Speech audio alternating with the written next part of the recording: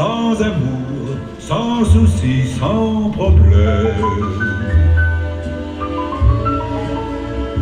Oui, la belle vie, on est seul, on est libre et on traîne. On s'amuse à passer sans peur du lendemain.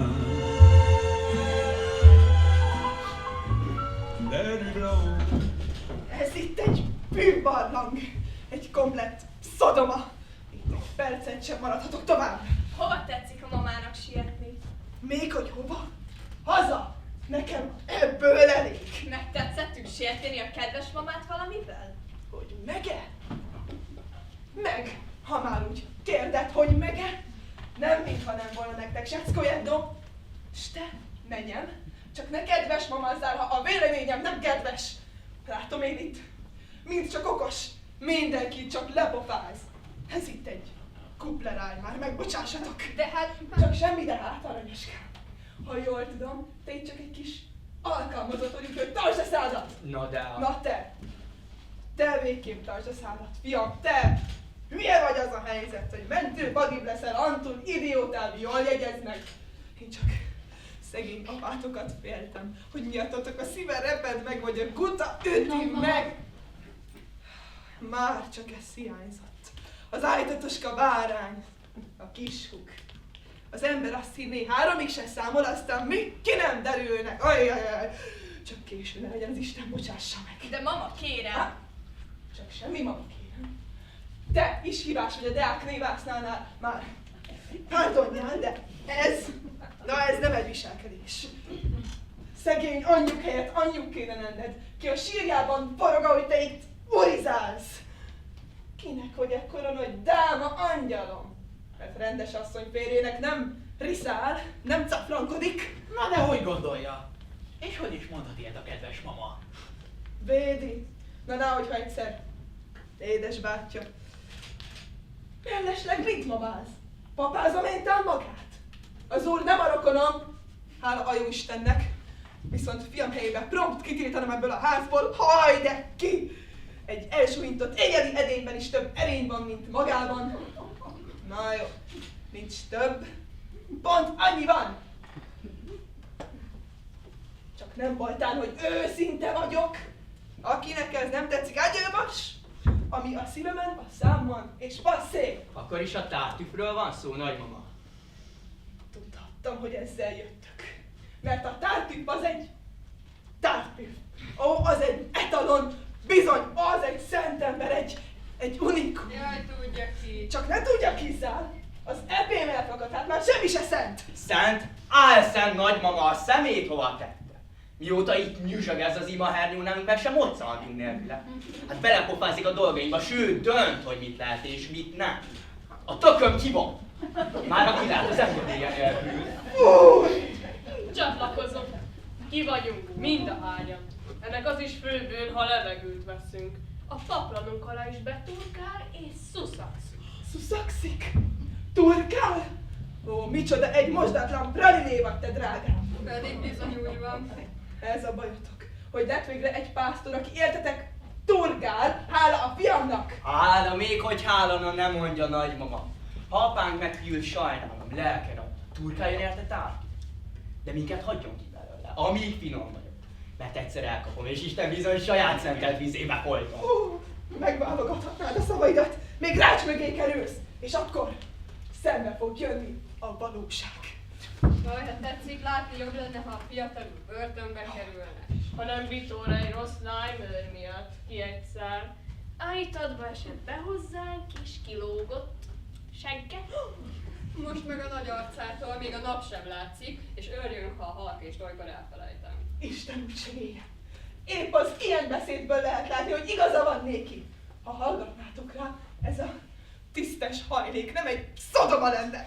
Szodoma? Jó duma. Nem értem a néni, hogy nem veszi észre a szent állat mögött kileskelő gazember. Befog, te kígyó! Hát vegye csak észre. Kilóg a lóláb. Szolgálja is. Ő is. Az a lőrinc, az hogy is hívják, hát az mindegy.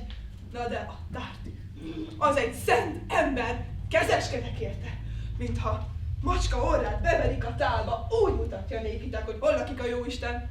Azért fújtok rá, azért fenekedtek, mert erénye szilárd, mint a szikla, és üzelmétek, ezen bennakadnak. Na, nem már, hogy az Isten herótot kap minden látogatótól, meg vendégtől, akik eljön hozzánk. Előtte a gazdánk olyan, mint egy betonygyerek.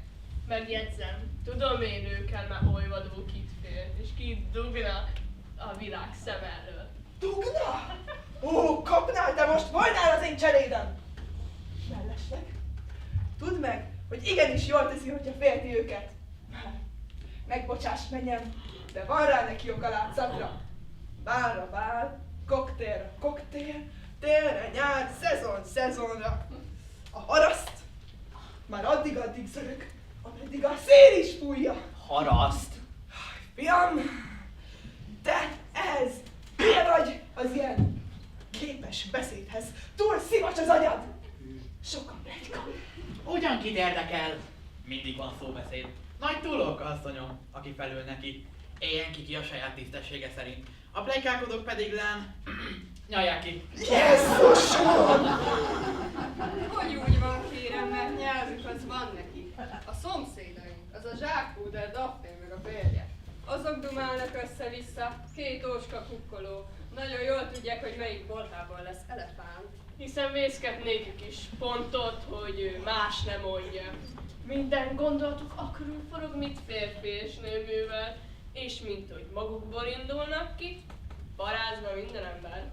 Önvédjüket így igazolva látják, hiszen a bűn sem bűn már, ha mindenki bűn. Fújtok rájuk? Persze, mert példásan élnek.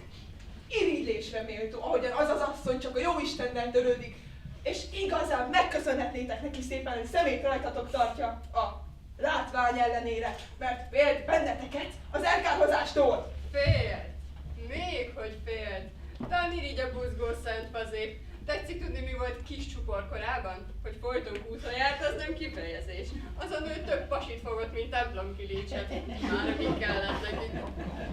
Ha nekünk nem jut, ne jusson senki másnak a földi jóból. Tökre egy női tartjuk. Isten, te ezt tűröd? Sőt, még kedvedre is van, ahogy ezek a kis prüfkék anyósot lepofázzák. Ó, nagyon eddigen van már, és ne továbbon. Vegyétek tudomásul, hogy igaza van szegény apátoknak. A korpak közt a disznók zabálják a gyöngyöt. Mármint, hogy sokan lúd, vagy ha összezavartok, ha nem, a lényeg, hogy kár elétek szórni. Mocskos szátokkal 100-szor felfajtátok volna szegény apátokat, hogyha nem hozza ide ezt az 1000 szent embert, ki az ég korbácsa, kit az Úr küldött úgy szólván, hogy végigverje kedves szavaival a kilógó pucértot. Akárhogy nevettek egymás hegyén, sátán! Vegyétek tudomásul, hogy Tartuful jól teszi, hogy az Úr Jézusban való szeretetben és jámborságban tűzzel, vassal űzi ki azt a kiüzendőt. Igen, mert ez egy Szodoma, egy Bábel, egy Fertő, sőt, mit is akartam mondani? Maga mit röhög? Maga csak ne röhögjön, ha pedig bolond, akkor kezeltesse magát, de ne a fiam pénzén, mert tudniillik, ez itt így szokás! Bá, aranyom, bá! Nem látjuk többé egymást. Várhatjátok, hogy még egyszer betegyem ide a lábam. Micsoda szipirtyó. Hát csak halkan még visszajön. Ha meghallja, nagyon kérdezik, hogy ő nem vénasszony, eleve rám. Ellenmesén. Hát, hogy a Kleánt úr sem éppenséggel tetszik fiatalnak lenni. Szépen mondod, Dorin. Szóval öreg vagyok.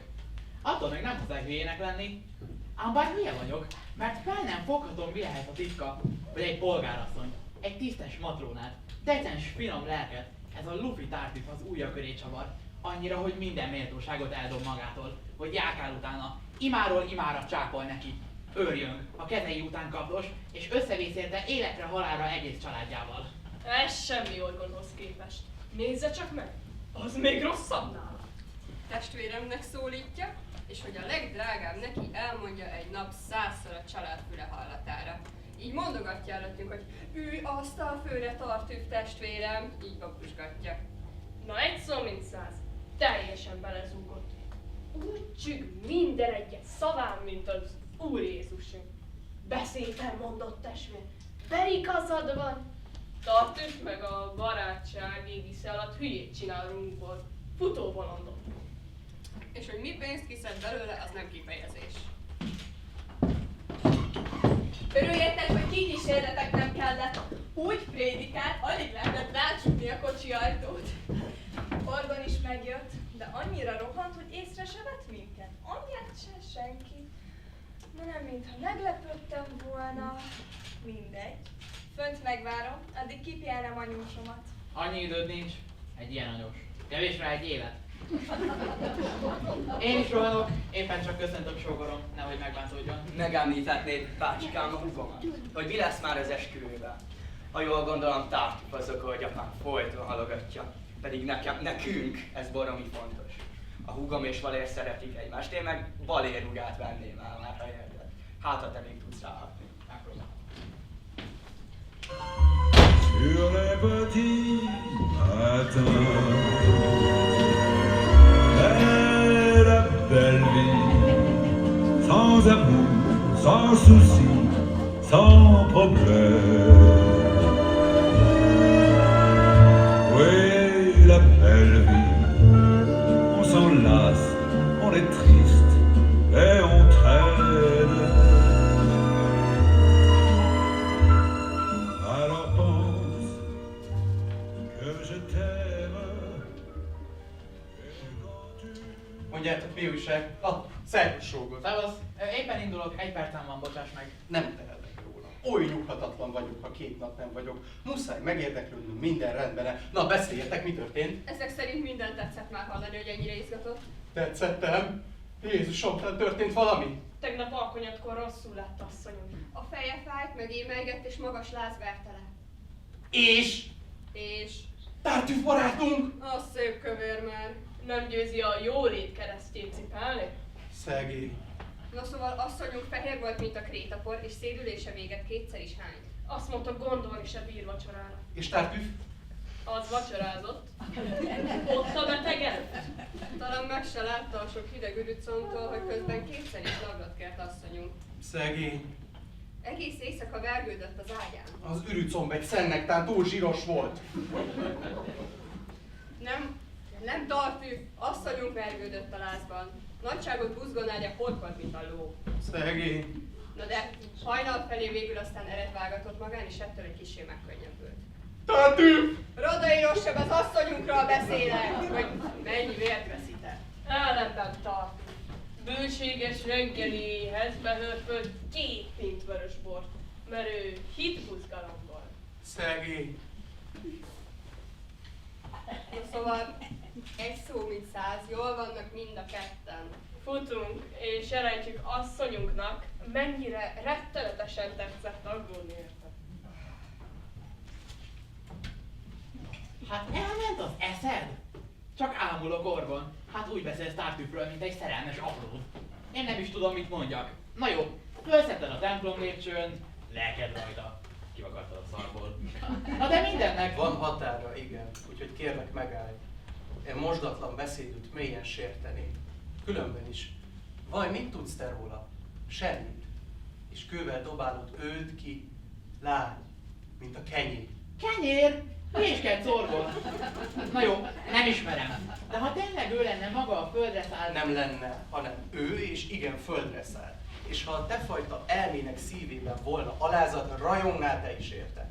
Ő fölötte áll a világi gyarló észjárásunknak. Egy másik szféra, kérlek, hol minden a lélek és a test csupán csak egy gőzölgő salakság, egy kárhozat szatyor. Milyen szatyor? Kárhozat. Ha mondd ez neked bármi is. Nem vagyok hülye, hidd el, de minden mondata velőmig megérint és megvilágosít. Szelíd sugarának villámfényénél látom, mi fontos, mi nem az örök úton, mely az ég felé vezet. Ha Feleségem, anyám, 2 gyermekem, most ezt csak példának mondom, rút földi létből elhalálozának, talán nem örülnék neki. De magasabb szempontból nézve annyit se bánnám, mint kapcsot a ruhádon. Na mondhatom szép. Ez volna hát az ember. Igen, Glenn, kérlek, csak nem ez, hanem ő. Ó, ha láttad volna az orcáján az elrévült mosolyt, ahogy imádkozott buzgón a templomba, imádtad volna. Nem ő, ne hidd. Szolgája súgta meg, hogy mi szegény, mert ő nem panaszkodik, sőt, nagyon is sőt, az adományom felét vissza akarta adni. Uram, ez túlzás. Ezennel hagyj nyújtsam át önnek a felé. De nem, mondtam. De igen, mondtam. Dehogy is mondtam. És ő, látván eltökéltségemet, az ominózus részt mind felajánlotta a szegények közt, mint szerény adományát. Ott én előttem, kétség hozzá ne férjen. És mióta nálam bírni szerencsélhetem... Pont erről van szó. Mint hallottam azóta... Igen, az életünk nagyon megváltozott. Szellem és erényhajléka lett a házam. A fennkölt áhítatnak oszlopcsarnoka. Féltő gondoskodása mindönkre kisugárzik. Kedves ugodra például. Tártüff egy pillantásból látja, hogy ha valaki illetlenül, más szóval férfiként néz rá, s miképp Jézus az ostorát úgy csattogtatja a nyelvebásonyát a szeretet nevébe. De azt ne így, hogy nem épp önmagával a legszigorúbb. Múltkor zokogott. Testét földre verte, hamolyért küldött, ruháját szaggatta, mert imába merülve, hangsúlyozom önkéntelenül, egy pollát elnyomott magán. Azt kiáldozta, méltatlan vagyok, Uram, Jézus nevére, és ott vezekelt ebédig. Majd zabált 2 pofára. Már megbocsáss, de vagy te vagy bolond, vagy engem nézel annak. Homo és bolha? Már jó, hogy nem elefánt, mert ugyebár nagy az Isten állatkertje. Na tessék, tudhattam volna, hogy kibújik a zsákból a szabad gondolkodás szöge. Mert nektek semmi sem szent. Mert ti minden csak lepocskondiáztok, ami szép, magasztos.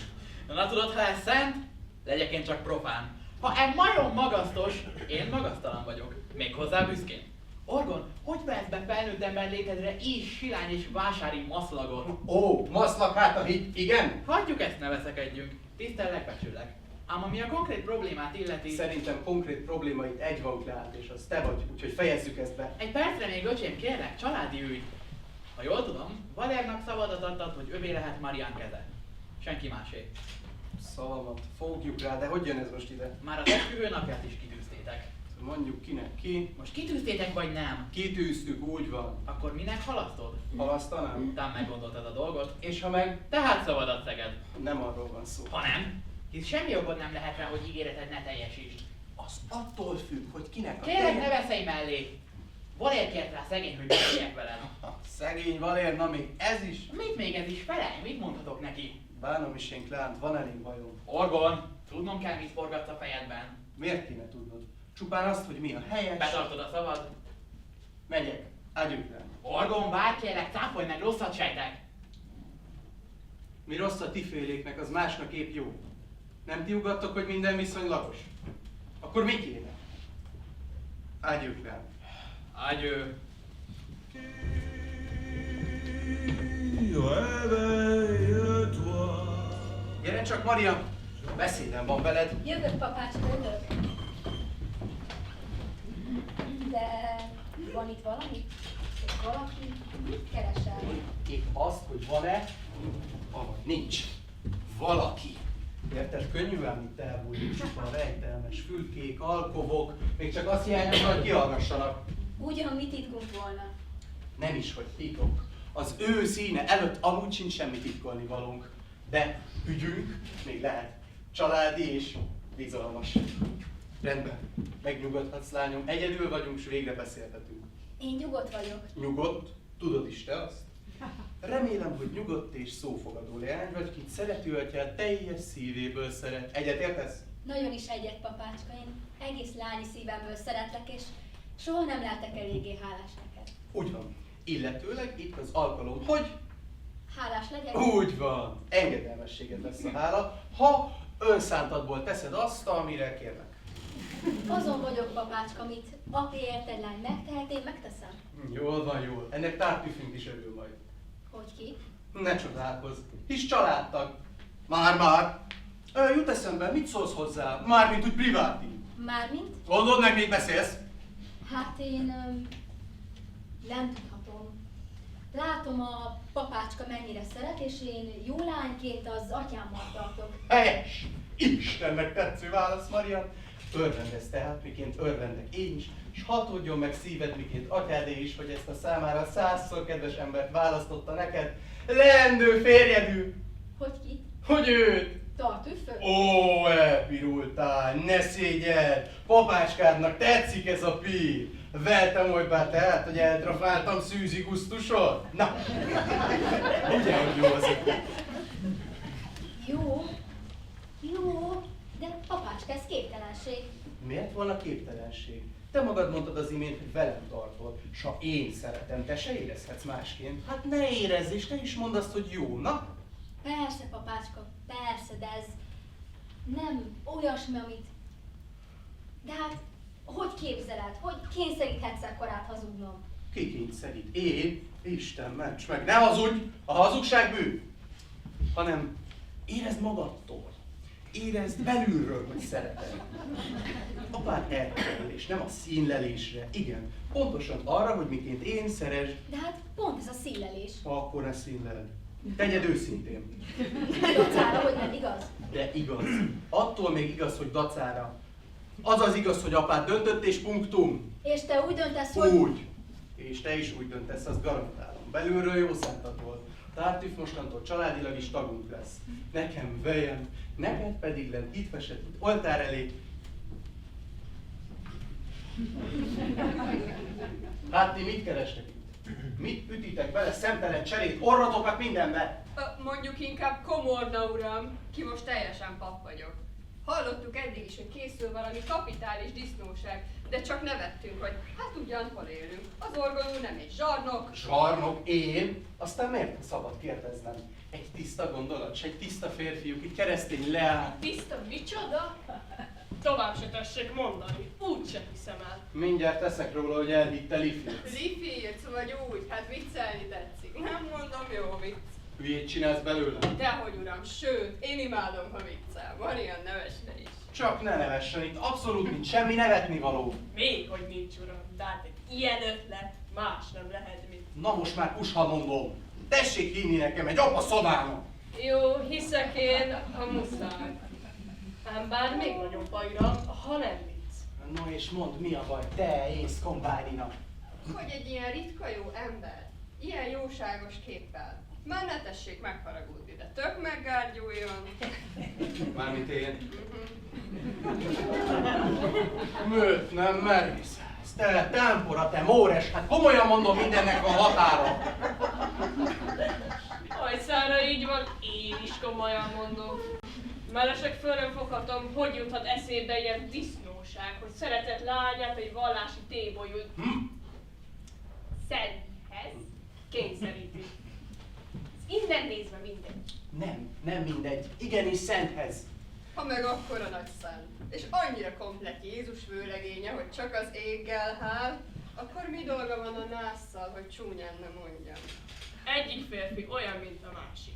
Hanem a házasság, csak nem az úr pénze a csáberő. Mellesleg föl nem foghatom, hogy egy gazdag, józan polgár miért éppen földön futó koldus keresve él. Miért? Tehát pont azért.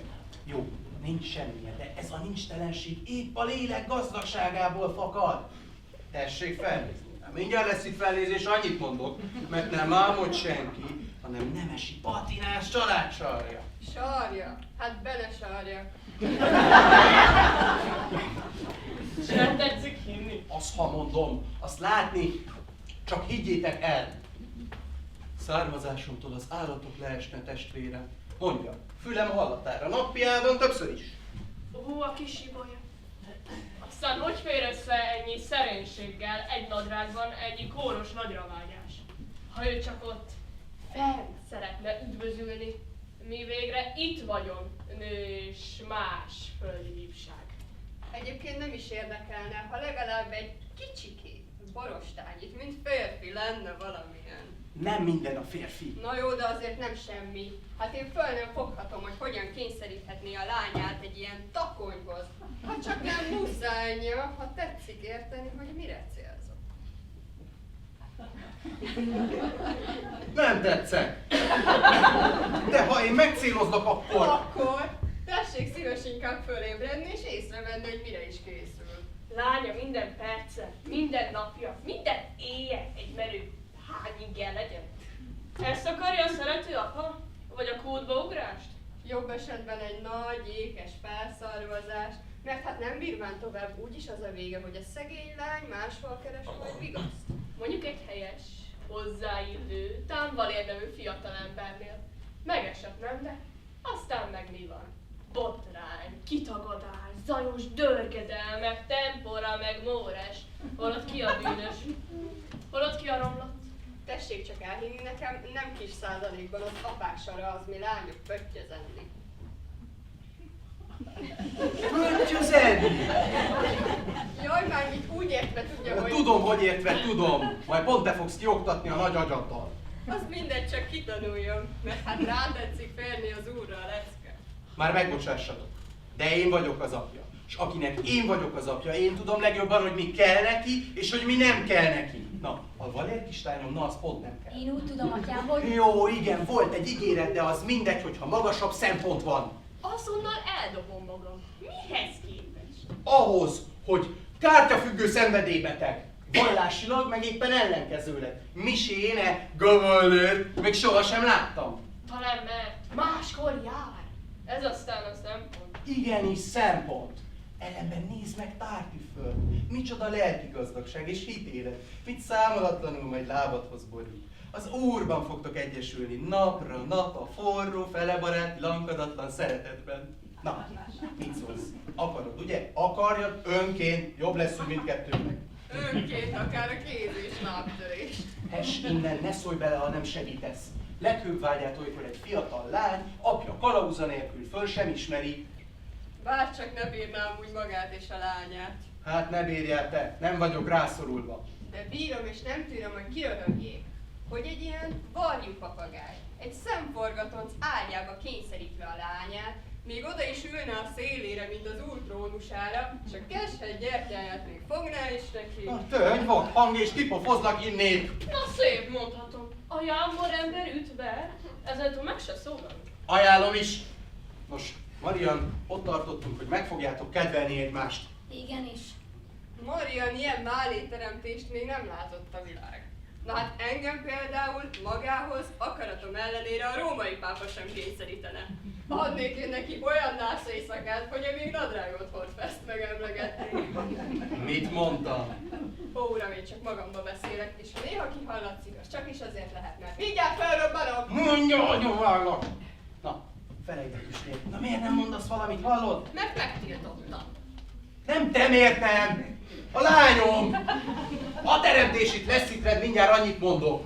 Majd én megmutatom. Megparancsolom, hogy mire visszajövök. Szeres be a lányom, tart tüfönbe. Nem, de? Hé! Én nagyon vágok benneteket!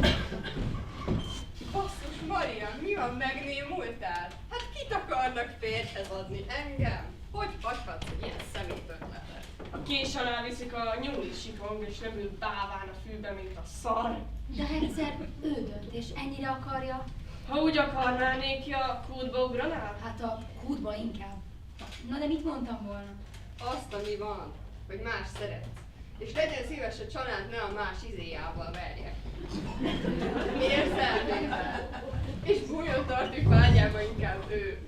Apánk olyan bölcs volt mindig, nyilván tudja. Nem tudja. Meghűl. Rá kell ébreszteni, hogy hájog van a szemén, amit vakitnek hívnak. Arról nem is beszélve, hogy te Marian, te úgy szóval mennyasszony vagy, hiszen megkért Valér. Az mondjuk más, ha kiszerettél belőle. Soha. Hogy is mondhatsz ilyet? Hiszen tudjátok, hogy én Vajert mennyire... Mennyire mi? Szeretni több, mint édes holdra sóhaj nyári éjszakán. Akarod, hogy a férjed legyen? Hát persze, jobban, mint bármit. És Valér is ezt akarja? Szentül hiszem. Na hát, s a másik esküvő? Még kérded? Tart üff!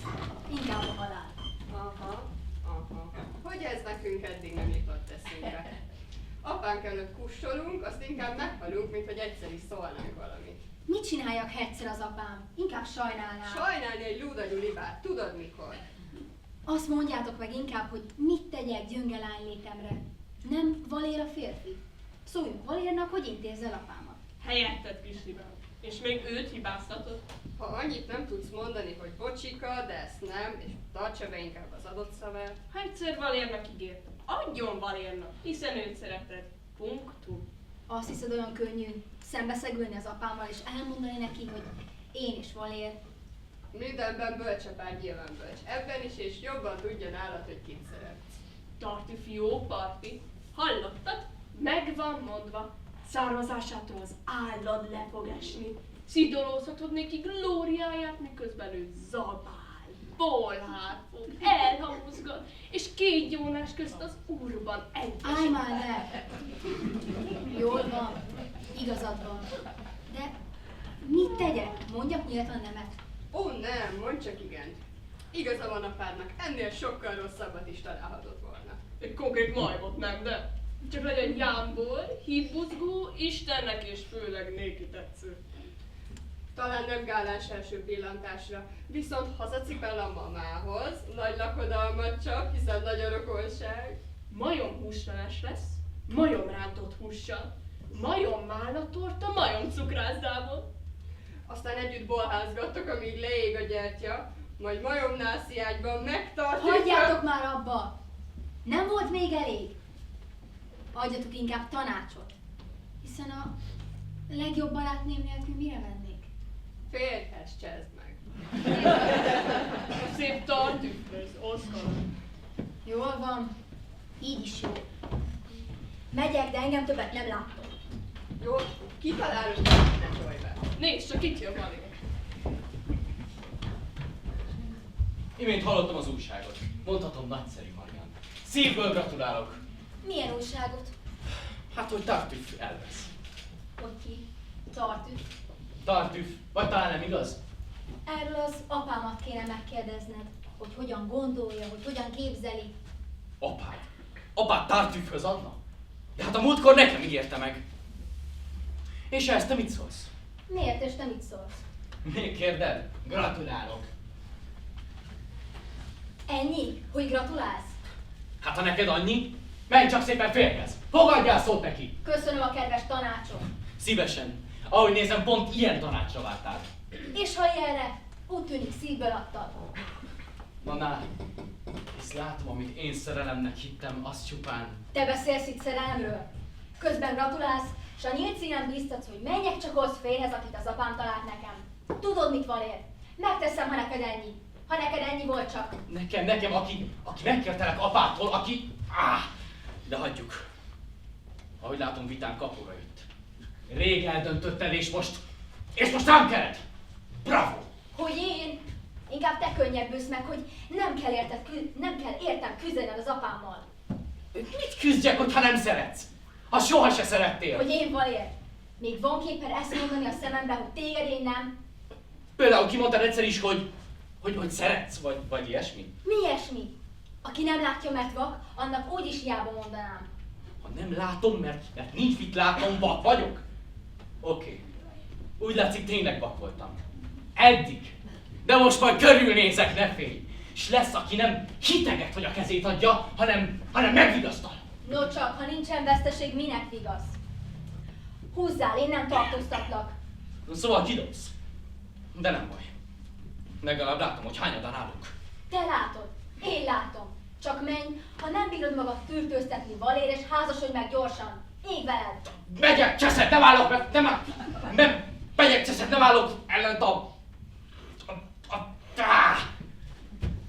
És a tiédbe, bármit is akartál mondani.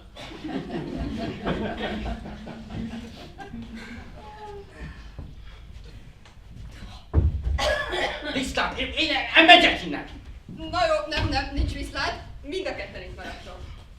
Gondoltam, hallgattok, hiszen két felnőtt ember. Két szerelmes. Hát, ha ti találtok valamit, de ti Ebben ne szólj bele, Dorin. Hagyj el, nem. nem hagylak. Engem minden kidobtak. Jaj, ugyan. Hagyjad csak, Dorin. Én úgyis megyek. Most meg te kezded. Nem kezdem, befejeztük. Jaj, elég legyen már. Mind a ketten itt maradtok. Aztán miért? Úgyis van, minek maradnám. Talán, hogy kibéküljetek, de Vilkém. Én ilyet még nem láttam, Istenemre mondom. Az egyik így hülye, a másik úgy bolond. Bolond! Hallottad nem, hogy tárgyalt vele? Sértegetett, itt akart hagyni a bajban. Én? Állj! Egyik szerelmesebb, mint a másik. Na de kibe? Úgy van, kibe? Ez a kérdés. Te Valérba szívem, Valér pedig beléd. Ahhoz képest elég indokolt vele. Ezt én is mondhatom. De egyszer szerelmes, miért nem mutatja ki? Te hülye vagy. Én nem! Miért nem tud egy kicsit kedvesebben nézni? Azért, mert rám se nézel. Mit nézek, ha te... Valér, elég legyen most már. Nincsen jobb dolgotok. Talán inkább kibékülni aztán. Én nem vesztem össze. A részemről én sem. Nagy gáz van. Nagy, szar van. Most mit csináljunk? Hogyan védjük ki szegény apádorat agylágyult ötletét? Ez itt a kérdés, csezd meg mindenek előtt.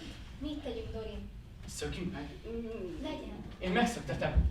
A nagy túró. Gyerjünk inkább időt. Egy partív sem tart örökké. Te, Marian, szépen fejet hajt a szapád akaratára. De nem mondasz igent, meg nevet sem. Nincs olyan dolog, amit rá ne foghatnánk. Hogy mondjuk mondhatod, hogy álmodtál gyászmenettel, vagy valamilyen betegség. Tényleg akármit mondhatunk, hogy rossz csillagállás, meg bő telivad, meg ilyenek. Kreátúr és asszonyunk szószólótok lehet mindeközben, sőt, apátok észre térhet. Az mindegy is, csak legyen elég időnk. Addig még bármi megtörténhet, úgyhogy Valér, most menj. Mindenre kész vagyok, érted, Maria? Én is, és vagy a tiéd leszek, Vagy az övé, de most már tűznyomás. Semmi szükségre, hogy meglásson valaki. Valér, erre mész? Marian, te pedig erre.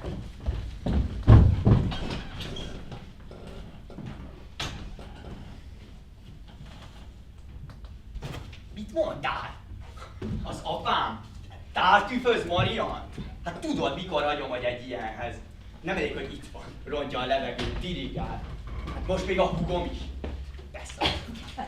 Én a tökét fogom le. Kérlek, ne fogtam itt. De mi az, hogy nem? Az, hogy nyugodjál, lekértek. Nem eszik olyan forrón, talán csak kósza ötlet. Akkor is micsoda beteg ötlet? Hát tényleg elvette apám eszét azért?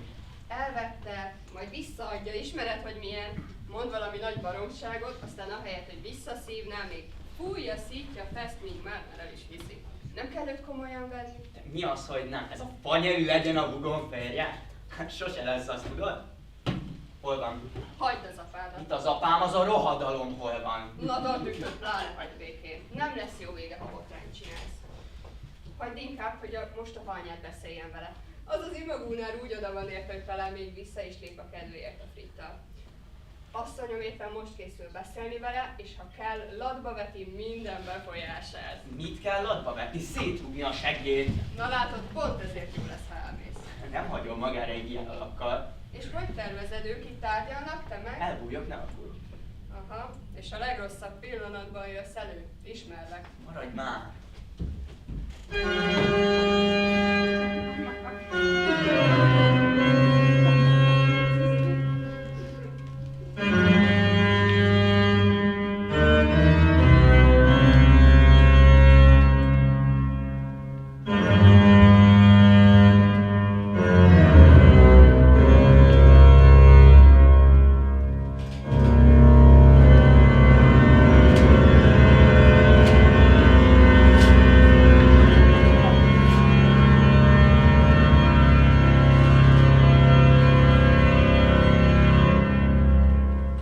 Köszönöm, Korbács, hogy ütlegelthetettem magam általad.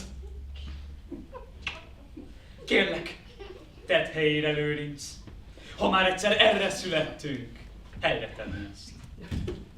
Áldassék megérte, ami malasztal.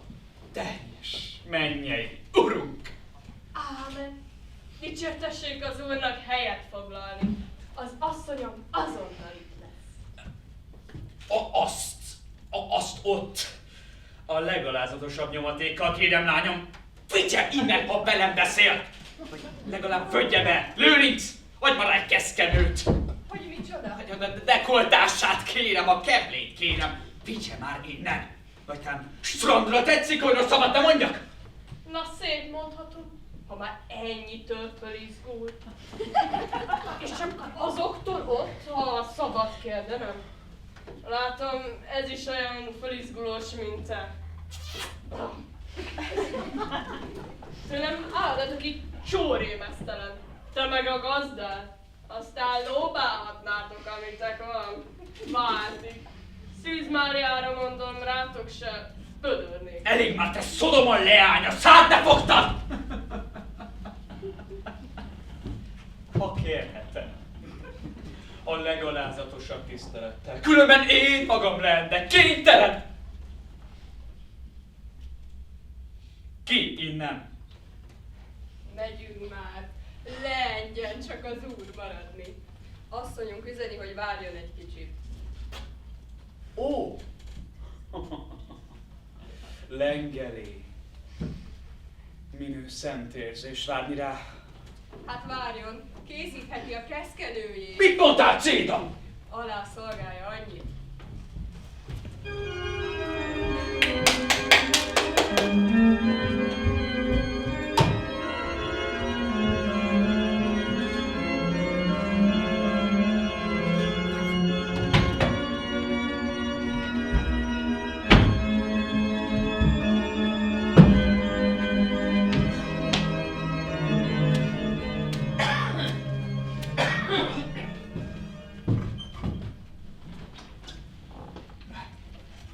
Örvendek, nagyságos asszony, hogy a mi úrunk áldássék malasztal meghallgatánta az én gyarló imáimat. Picinkét megrendült egészséget ágyában.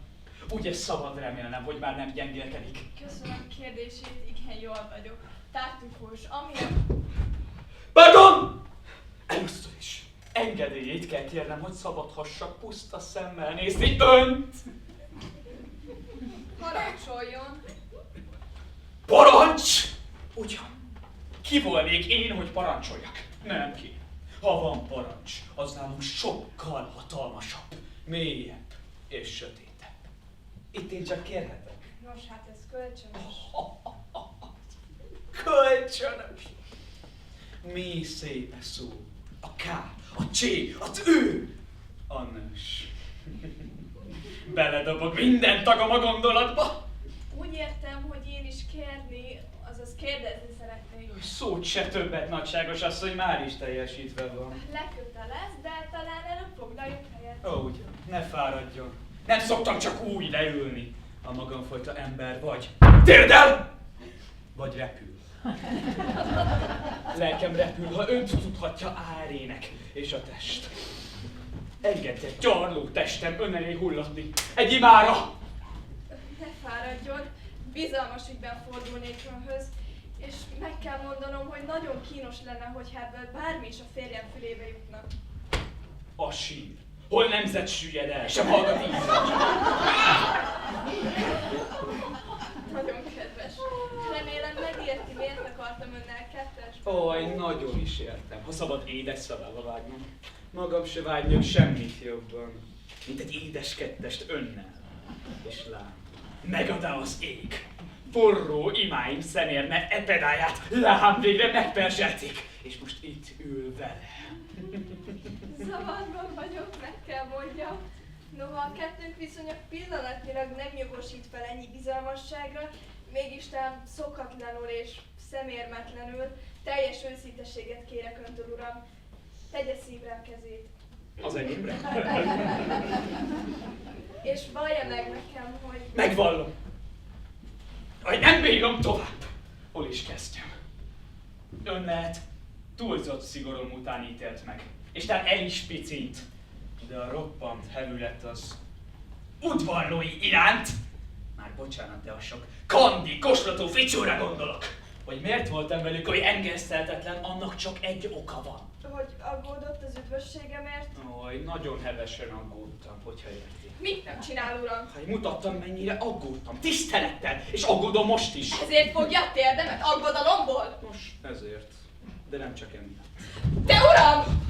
Mi izgató csikkével fedve keblei, elkendőztében még lángoló belé. Mit nem mond és tesz? Hallja el a kezedkel! Ha el, hát el. Ó, Sújts le, mennyei atyám! A te sóvár, bűnös fiad ujjaira! Sajnos, nem mindig bírok velük. Elönállósulnak, és nélkülem járják az erény útját. Legjobb, imára kulcsolom őket. Úgy nem lehet baj. És esetezem bocsánatért. Nézzenek oda, miből lesz a cserebogár. Legalább tudom, hogy miért imádkozik folyton. Nos, nem bánom, megbocsátok. Köszönöm, nagyságos asszony, köszönöm. Feltéve, hogy a következő kérdésemre a lelke legmélyéből, de mint gyóntatójának oly őszintén válaszol. Kérdezzen, drágám, kérdezzen. Igaz, hogy a férjem Tartufurhoz adná a lányát. Tehát, hogy ön és Marian... Hogy Marian? És én? Micsoda finom tapintat. Ugyan, emiatt ne aggódjon. Ha volt ilyesmiről szó köztünk, és ha igent mondtam volna, akkor csupán azonokból, hogy a férjét, e drága embert meg ne bántsam. Orgon barátom néha kissé... Na, félre ne értsen. Roppant nagy lélek, ki folyton adakozna mindenét, amilyet csak van. Rám tukmálná. Ugyan, Maria még gyermek, és ez egy gyermeteg ötlet. Istennek hála, ez akkor azt jelenti, hogy... Azt, hogy másfelé von szívem. Forró vágya! Az égi boldogság felé, hol elnyeri örök jutalmát. Egy más személy felé. Egy dús. Egy érett. Dús? Tartufur, de hát... Jaj, mi tehát én, drágám, én sem vagyok fából. És összefér az éggel, kérem alásan. A tiszta férfiúság rögtalaján álló vágyteli sóvágás. Ha ez az ég egy szemében testesül meg, konkrétan önben, nagyságos asszony, engedje meg! Hiszen önkért legfőbb gyóntatómhoz való őszinteségre, ezzel leleplezve e pedetemet, és kezébe helyezve sorsom. Széna vagy szalma, menj, avagy pokol! De hát nem hiszek a fülemnek, ez mit tagadás, egy komplet szerelmi vallomás! Hogy fér ez össze a Tartufur hitével, amit éjjel-nappal gyakorolni látszik? Jól összefér, ne tartj Csacsi! Ami összepasszol az úrban, össze is fér! És nem túl óvatlan? Hiszen mégiscsak férjes asszony vagyok, és a férjemnek ön ráadásul... Barátja! Legjobb barátja! Ám ne tarts el attól, hogy Orgon megtudná. Bármit elhisz nekem, amit csak mondok neki, és ezen hitében bízhatunk. És bízhatsz bennem. Én nem fogok fecsegni. Ó, hát ez derék. S mit mond, ha megyek, és elmesélem férjemnek, mire vetemedett a legjobb barátja, a nagy erénycsősz? Ugye? Nem fogja elmesélni. Hiszen ahhoz ön túl okos. Másrészt túl kihívó. Hogy én kihívó? Magunk közt szólva sajnos. Hiszen lássuk be, felém is oly nőileg közeledett, hogy megvalljam az őszintét. Mit nem merészel? Ugyan, nem vagyok én se fából.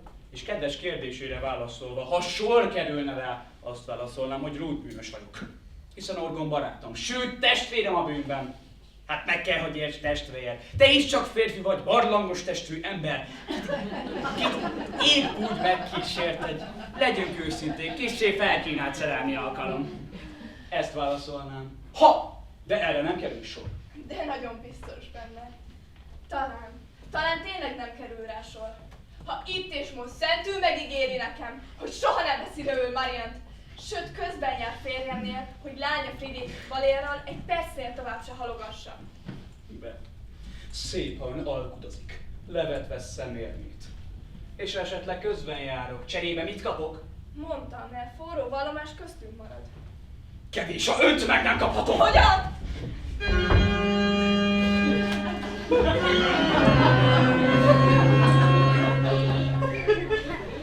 Na, Elvira, vágd már pofán! Most meg vagy! Akár ebben a percben nagyon is várhatnélek!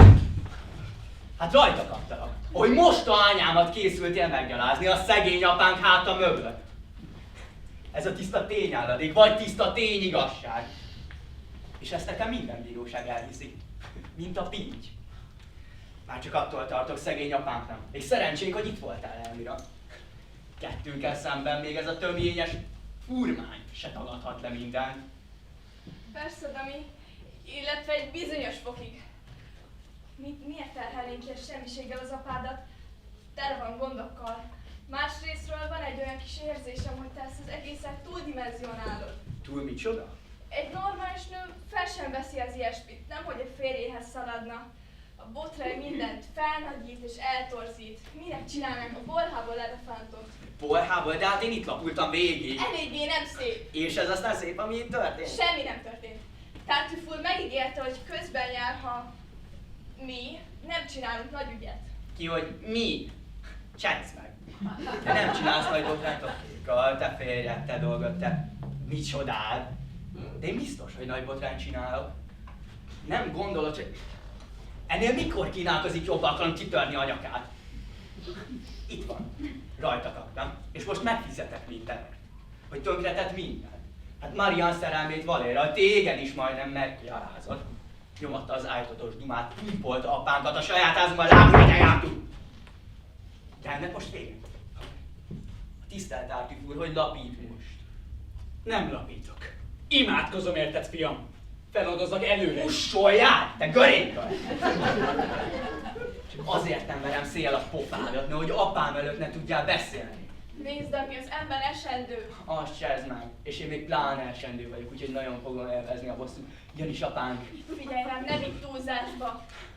Gyere, pont jókor jössz, kedves édesapám. A te házi szented, ima búsod. Az erény barátja. Éppen most vallott szerelmet Elmirának. És nem csak szóval, ajjaj, tettel is. Hogy úgy mondjam, nem éppen imádkozott a két kezével. Itt voltam, el voltam bújva, és láttam mindent. Ugyan. Vagyis láttam pont eleget, sőt, kénytelen voltam közbelépni, de hogy megtörténhessen. Az úgynevezett jóvákeltetlen. Győződj meg róla, apám, kis hiány inflagrantima 2 szemben. Végre beláthatod, hogy minden jóságodért és hiszékenységedért egy nagy szarva hála. Elég már, Dami! Elmira, ne parázz már! Megvédünk mi. Apám, be kell valljam, milyen finom lélek becses neked. Legszívesebben eltitkolná előle, de már sajnálatos történteket. Először is ugye szégyenéből.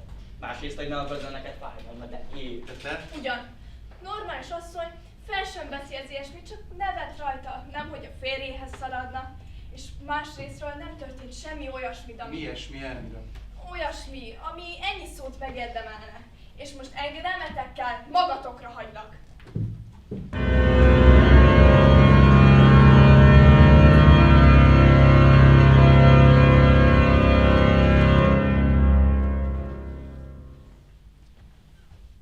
Mit beszél ez itt, Ártű? Hallod? Nem értek semmit. Ne ejts kétségbe. Mondd, hogy nem igaz. Nyilván igaz, barátom. Ha a te derék és erkölcsileg feltetetlen fiad így látta, hát így is volt. Nem fogok vitatkozni. Rút bűnös vagyok. Lőrinc! Habot ide nekem! Tévejedett fejemre szórjatok habot. Ítéljetek felettem! Ugyan, de hogy csak mondd, hogy nem így volt. Hiszen hallod, hogy így volt. De én tőled akarom hallani, testvér. Mondd végre, hogy koholmány, különben nem tudom, hogy mit higgyek, vagy kinek higgyek. Mit higgy és kinek? Jól van. Értem én a célzást, nézd. Ha nem tudod eldönteni, hogy higgye nekem, a testvérednek, a barátodnak, hatán elfogyott a belém vetett bizalmad, akkor... Ugyan, Tartűz testvérem, én csak... Célozgatsz. Gyanakszol. De jól van így, ahogy van. Te csak kötelességed, mint nejed férje, és mint te fiúgyermek atya. Sújts le, barátod. Porba fetrengő korpuszára! Nem magyarázkodok, és nem védekezek. Elfogadom az előzettetésem, és nem számít, milyen rosszul vagyok, lesz még erőben porhüvelyt magammal vonzolandani. Rosszul vagy, Tartű. Látod, te bivaj, mit csináltál? Én mit csináltam? Hát ő mit csinált? Hát mi ez az őrületes hibaskodás? Elhallgass! Hagyd őt! Nyomatékosan kérlek, hadd beszéljen. Hiszen ő a fiad, nem én. Miért velem törődsz? Ő látta, amit látott, és ki tudja. Tán igaz, amit mesél. Miért nem? Lehet, hogy rútul megtévesztettelek. Rajtad, Ami, beszélj nyugodtan. Ne félj apától. Hiszen senki sem bűnös, csak én. Senki sem gyarló, csak én. Sőt, gyilkos. Sőt, az egyedüli bűnöm annyi, hogy nem mutatkozom. kővel dobálod, ő még most is csak óvna. Hát nincs szíved, te ballator! Amúgy a francba ijedsz egy ilyen röhelyes színjátéknak. Hát hova tetted a szemed, a józan eszed könyörgött most az egyszer? Elfogd a pofát, te! Hát ki vagy te mi? Hogy kioktasd a szapádat? Hát mit tettél le az asztalra, te kukkoló? Hát hogy veszed a bátorságot megvádolni ezt a... Mi a baj, Tárti? Rosszul vagy? Hívjak orvos? Nem kell, bocsáss meg neki. Látod, te kis hülye! És te ezt az embert sároznád be? Mit állsz itt még szaladjvízért? Hívjak orvos? Apám! Semmi apám! És nem vagy a fiam, hogyha térden állva nem kéred bocsánatát. Én? Viccelsz? Jaj, ne kényszerítsd, hogyha önmagától nem érzi szükségét. Mindjárt érzi a büdös ficsúrja. Na, gyerünk! Letérdez! És mindenki letérdel! Asszony, te jövök, leány és a repett sarkú cselédek, és bátor lesz ebben a kuplerányban!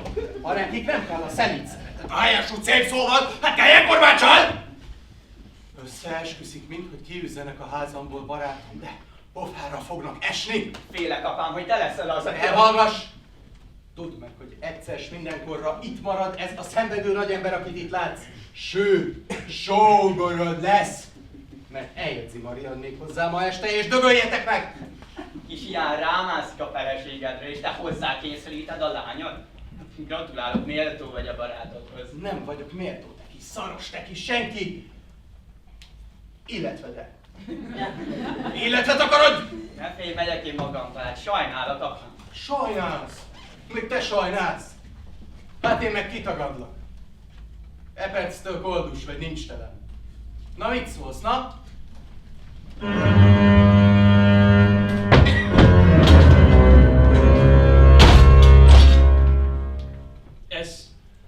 Ez talán sok. Ezt lehet, hogy nem kellett volna, testvér. Hogyan, Tártif, ne viccelj! Nézd, engem így gyűlölnek. És bizonyos vagyok, kullancs nyílaik mérgét addig fecselik túlságos vagy szívedbe, míg végül te magad is megnyelkeződsz. Hiszen mégiscsak a családod, köztük a helyed. Dami szétküldte mindent, nem vitás. Jó hided érdekében sem maradhatok. Maradj, Tártif, könyörgök, különben belehalok! Zsarolsz, hiszen jól tudod a gyöngén, hogy tehetetlen vagyok a szeretettel szemben, mely bősugárba felém áramol. Hát legyen, mártíriumra születtem, tűrni születtem, szolgálni. És ha te ennyire buzgón kívánod, hát legyen meg az Úr akarata, maradok! Köszönöm! Köszönöm! És csak semmi félrehúzódás. Ragaszkodom hozzá, hogy légy együtt nejemmel, éjjel, nappal. Nappal. Demonstratíve. A sok pletykás tulok meg jöjjön, és elhatároztam, hogy még az esküvő előtt rádiratom minden vagyonomat. Hát jól átgondoltad, ez testvér! Nagyon is jó. Ragaszkodom hozzá. Legyen azé, akin van, aki a legközelebb áll hozzám, Vejjelmé és legfőbb barátomé. Könyörgök, Tártif, fogadd el és boldoggá teszel.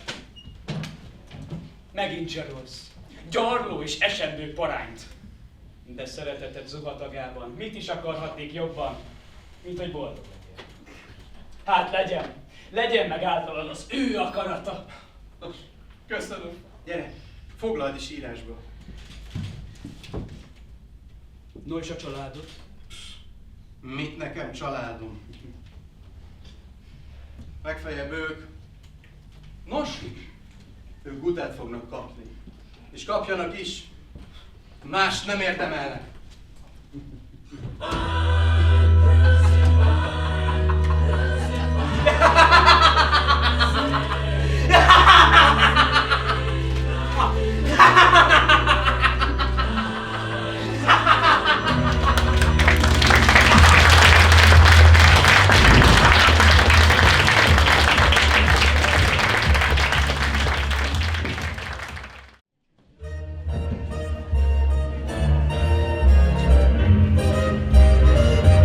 C'est si bon de partir n'importe où, bras dessus, bras dessous, en chantant des chansons.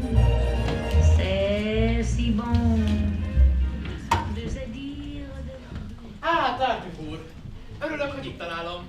imaórámra készülődvén évfordulok befelé. Úgyhogy mit tetszik szolgálatjára? Gondolom nem véletlen, hogy így örül. Nem véletlen valóban. Ide figyeljen. A kertelést az átsetűri, én sem. Hát hagyjuk ki, mit gondol, és hogy mi is történt. Tegyük föl, nem csak fantáziát. Netán azért, hogy ön ellen hangolja a sógorom. Rendben, uram. Lehet. Úgy a szegény fiú nagyot hibázott. Na de az mégis túlzás, kérem. Mi több, túl megy minden határon, hogy ezen okból egy apa kitagadja a fiát. Sőt, az örökségét egyetlen tolvonással vejéül kiszemelt barátjára hagyja, aki azt eszem megáll, képes elfogadni. Nos, ez tényleg botrány, és finoman szólva nem tesz jót magának, Tartuffe úr. Nagyon nem. És nem tesz jót az ügynek, melyet mégiscsak... Még hogy ez nem tesz jót. És nem az arcpirító föltevés, fölbújítás, hamis vád. Talán ezt állítja a tisztelt Éceszkéber úr. Nem, uram. Azt állítom, hogy ön jó keresztény, megbocsált Dáminak, és rábírja Orgont, hogy fogadja vissza. Ó, Istenem, megbocsátása. Nézd, én megbocsátanék, boldogan, higgyen nekem. Imádkozom érte, hogy megállja a helyét odakint a nagyvilágban. Boldoguljon csak, távol innen. No de visszahívni? Azt nem tehetem, kérem. Hát hogy ne tehetné, ha tenni akarná? Egy szavába került, és Orgon visszahívja. Na látja, éppen erről van szó. Ha szegény Orgon barátom visszahívná a fiát egy ilyen ügy után, hogy élhetnénk együtt egy földél alatt? Megmondaná nekem? Hiszen akkor nyilvánvaló, hogy el kéne mennem. Ami persze önmagában semmiség, hiszen mi vagyok én, egy porszemnyi porszem. De távozatomban a szegény Orgon barátom belehalna.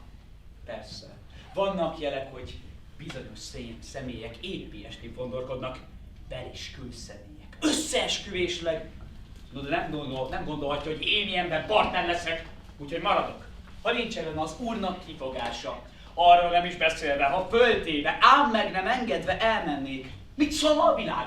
Nem azt, hogy van miért, hogy a fülem mögött ki sem mondom, mi van? Én itt kérem, nem csak magamat képviselem, ha tetszik érteni, hanem őt is legyen neve áldott. Úgyhogy tetszik vagy nem, én itt nem privátin maradgatok, hanem legfelsőbb érdekből. Ez demagógia, uram. Engedje meg. Az Isten érdekét bízza csak az égre. Ítélkezik, majd ha ítélni kell. Hát ki maga, hogy helyet álljon bosszút. Magasról, negligálva, hogy más nem mondjak, a megbocsátás, a szeretet parancsát. Még hogy én ki vagyok, inkább maga kicsoda! Mire feloktat ki engem, szabad elbő úr? Hogy más nem mondjak, meg van bocsátva, nem? De könyörögve van érette, szeretettel, láb megbosásáig menve a muszáj, na! No de egy födél alatt? Ugye? Ilyesmit nem kíván tőlem az úr! És aztán igen, talán azt kívánja, hogy Jámbor szolgája fogadja el a heveny elmebajból, vagy mondjuk azt, hogy felindulásból ráíratott vagyon. Helyben vagyunk. Uraságot szerint tehát elmevaj a jóság, az adakozás. És bármely gyajló személy gyakorolja, veszett kutya, nem de? Nem, uram, én csak a vagyonról beszélek. Persze, másról sem. Ez jellemző önökre, hogy folyton csak a vagyon körül forognak. Ha lenne önben egy cseppnyi empátia is, de persze nincsen! Tudhattál, hogy nekem szofrom, semmi a vagyon. Így hát el is fogadhatom. Következésképpen vegyék tudomásul, el is fogadom.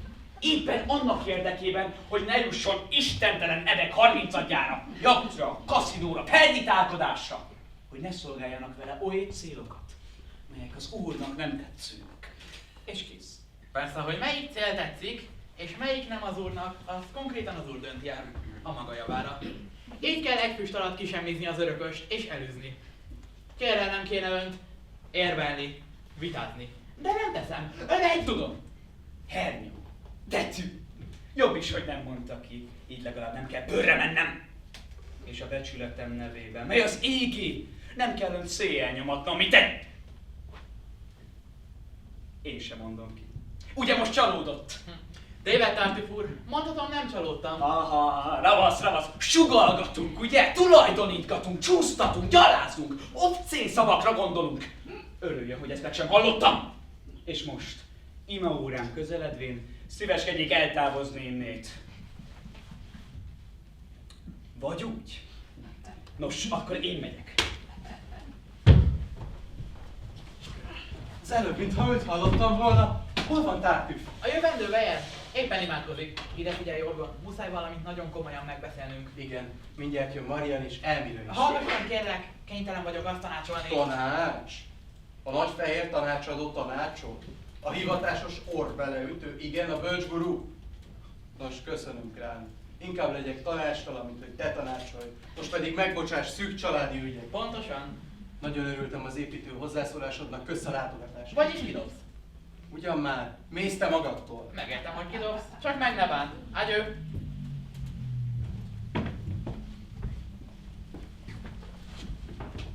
Apám, mindenre kérlek, ami szent, hogy... Vagyis tudod, mivel mondtam ma este, Maria?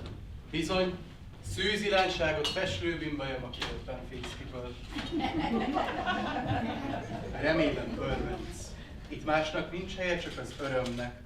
Örvendj, imádkozz, mosdjál, légy csini. Apácska, csak ezt az egy dolgot ne tedd velem, ezt a ma esti kézfogót ne. Ha egy kicsit is szeretsz, Nagyon szeretlek. akkor miért kényszerítesz? Ne kezd megint a butáskodást. Én nem kényszerítelek, hanem helyzetbe hozlak. Kibontom, ami benned van. Nekem se könnyű egy lányos apának, hogyha kiröpül egyszer lánya, de el kell viselnem, mert van fensőbb akarat, s mert van kötelezettség, s mert én messzebb látok, mint te kis puzuskám, sőt. Nem messzebb lássál, könyörgök, a lábad elé néz. Szerencsétlen lányok térden áll előtted. Meg akarod ölni? Hogyha ez a célod, akkor öld meg itt azonnal, de ne a tartüsből. Azt hittem, kislányom, ez le van tárgyalva. Nincsen. Velem nincsen le. Hogyha nem adsz ahhoz, aki a szívem, ha nem adsz Valérhoz, akkor nem adsz senkihez, és engedd, hogy elmenjek. Ugyan, hová menjél? Apácának állok. Opácán. Majd pont te.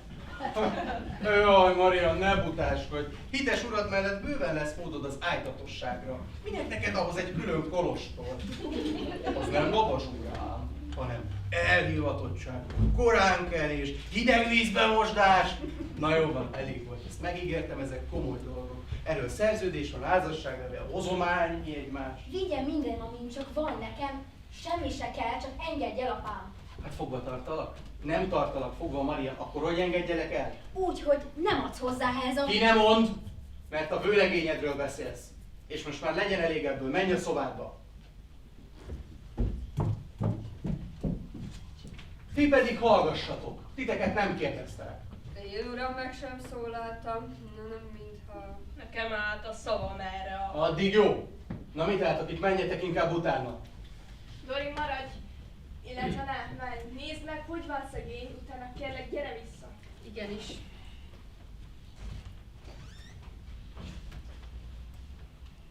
Orgon, ugye tudod, hogy mennyire szeretlek? Tudod? Tudom, de miért jössz mindig ezzel? Azért, mert fáj látnom, hogy elment az eszed. Fáj látnom, hogy a szeretet irántad, mint ezerszeresen. Van egy akaratom, egy elhivatásom, egy erkölcsi mércém, és már is elszörnyednek. Szentül igazam van, már is nem szeretnek. Tehát ne szeressenek. A suli kiutálók, az összeesküvők, élükön az a pornográf ficsúrral, ki semmiféle aljas rágalomtól nem él vissza. Vedd észre, még téged is, még hites mostoha anyját is belekeverj. Csak jót akart, ha arról nem is beszélve, hogy... Hogy? Hogy mi? Na gyerünk! Vádold csak meg te is! Eceteljél bele a hét sebébe! Szegény majdnem belehalsz! Szegény? Na tudod, ha ott vagy, nem ezt mondod. De ezt mondom. Jó, lehet, hogy elejtett egy bókot. Nyájasságból, udvariasságból, mit tudom én, szeretetből, és ti ezt hangsúlyozom magatokból kiindulva, úgy csültétek, csavartátok. Nevetséges vagy. Foroghat kockán a lányod boldogsága, lehet a tét a feleséged becsülete, de akkor is csak neki hiszel, neki és senki másnak. Úgy. Te senki más vagy, ember. Válaszolj, te senki más vagy. Mert én neked hittem. A becsületes feleségemnek hittem. Azt mondod, hogy nem történt semmi, és hogy ugyan már.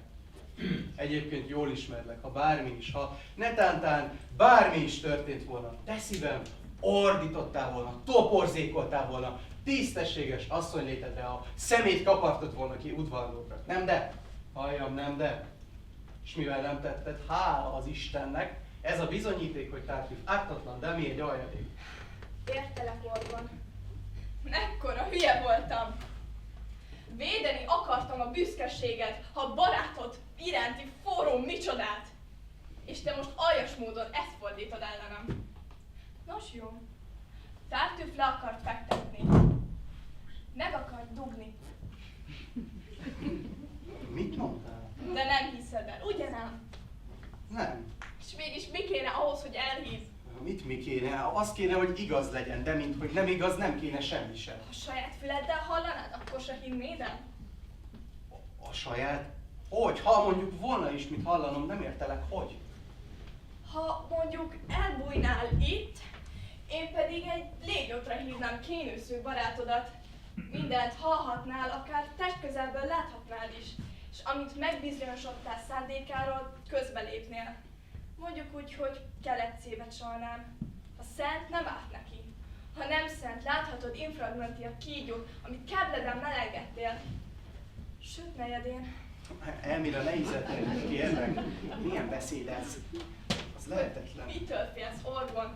Várj bele, hiszen ha visszautasít, csak én veszíthetek.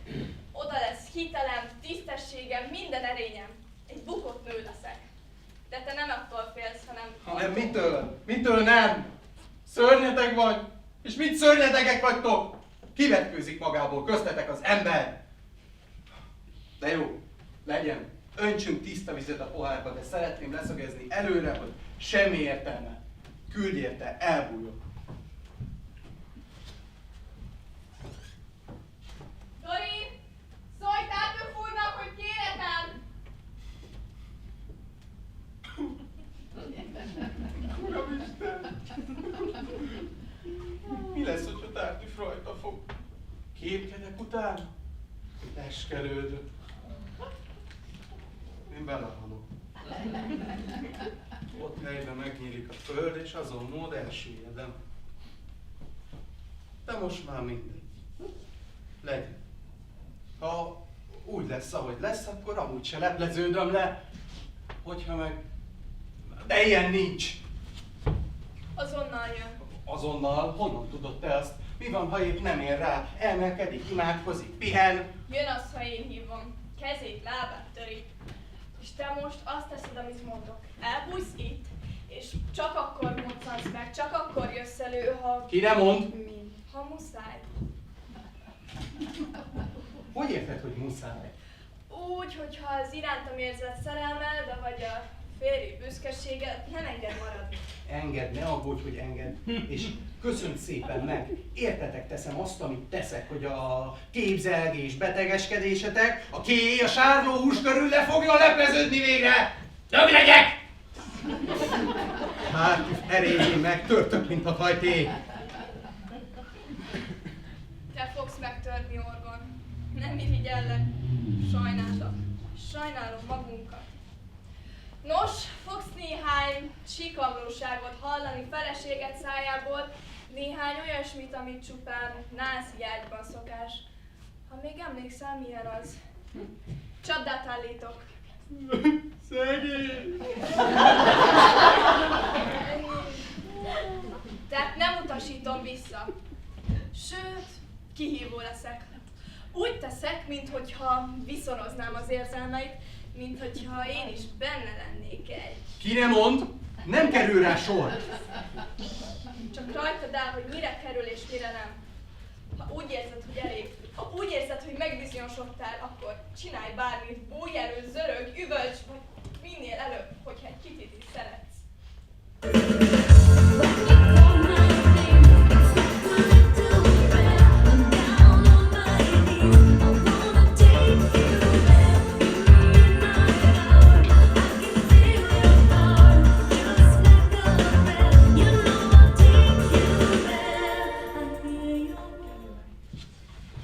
Nagyságos asszony. Hivatott. Hát itt vagyok. Jól körülnézettől? Nem követte senki? Nagyon nem szeretném, hogyha kihallgatnának. Főleg azok után, hogy az a kölyök becsukta az ajtót. Nézze meg, zárja rá! Nincs szükségünk még egy ilyen lebukásra, nem de? Nagyságos asszonyom. Igaza van, hogyha tartózkodik. De remélem belátja, hogy amit csak tehettem, azt önért tettem, Tártűf. Hogy letagadtam a letagadhatót. És védtem, amint egy gyöngő nő egy erős férfit védhet. Egy okos férfit, kinek tüzes szavára asszony szíve lángot fog. Csak nem haragszik rám. Szó se róla, kérem. Láthatta, Orgon felől biztosak lehetünk. Ő buzgón támogatta, hogy kettesben legyünk.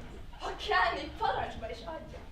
Szó se róla kérem, de ha szabad megjegyeznem, korábban egészen más értelemben nyilatkozott. Értelemben lehet, de érzelmi kérdés, Tartüf. A női kebel egy komplikált, rejtelmes tartomány. Szó se róla kérem. A szendet csipke kívül még azt susogja, nem? De a vér belül már forró igen susog a hódító szavakra. Tán elfeledte, hogy hogyan udvarolt nekem? Emlékeztessem. Szó se róla, drágám.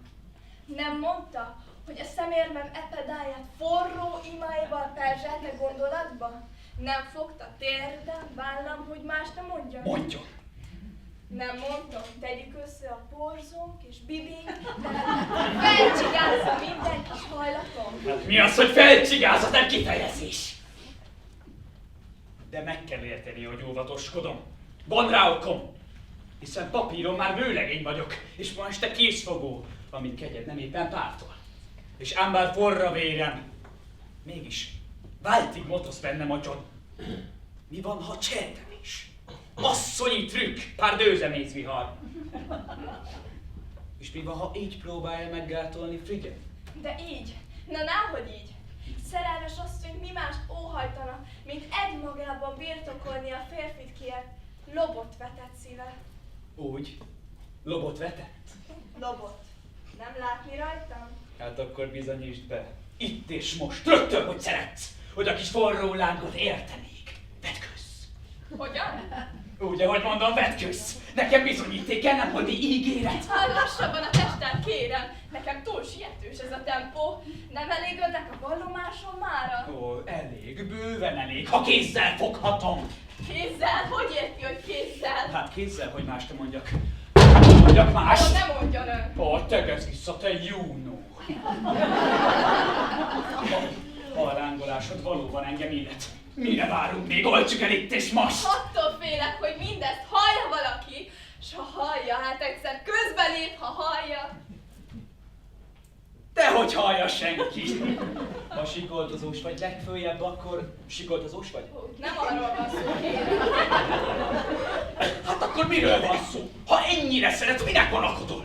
Véres asszony létemre szégyellős vagyok, s ön túl erőszakos, valósággal vérmes. Fel nem foghatom szent ember dacára, hogy vigyázzon, eltépi! Kívánlak, úgy lehet. És a 10 parancsolat? Hisz ez kétszer úgy súlyos bűn, uram. Bűn. De szép kis bébetűd van, drágám. Úgy. Kövesd el még mi bűn is, csongjad a fülembe. Azon melegében föloldozlak. Von rá nexusom, legyen neve áldott. Házasságtörés akkor is bűn, s ön éppen erre próbál rávenni, nem is túl szelíden. Mit mondana a Kebel barátja Orgon, hogyha mindezt a saját fülével hallaná? Ugyan, Orgon. Tartaná a gyertyát, ha arra kérném. Derék jámbor ember. Azt teszi, amit mondok. Miatta ne aggódj.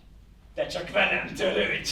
Hogyha ő én velem már egy cseppet sem törődik, és hagyja, hogy... Ki? Orgon? Tán elhagyagol az ágyban?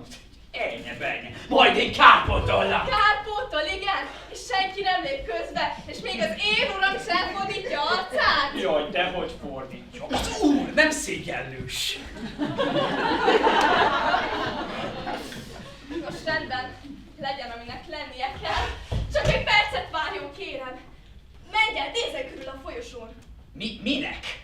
Hogy nehogy ránk lepjenek, kérem, és aztán gondosan zárja be az ajtót.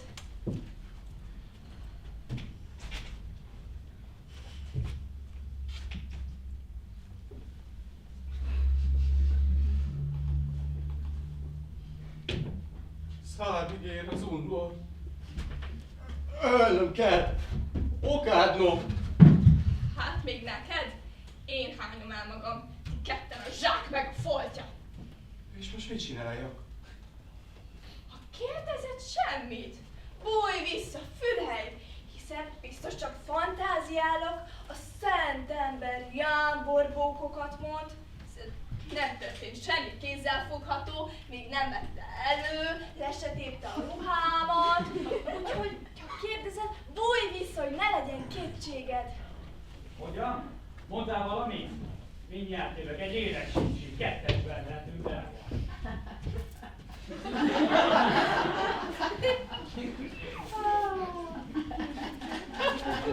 Áldozhatunk az édes bűnösnek. Mit rejtegetsz?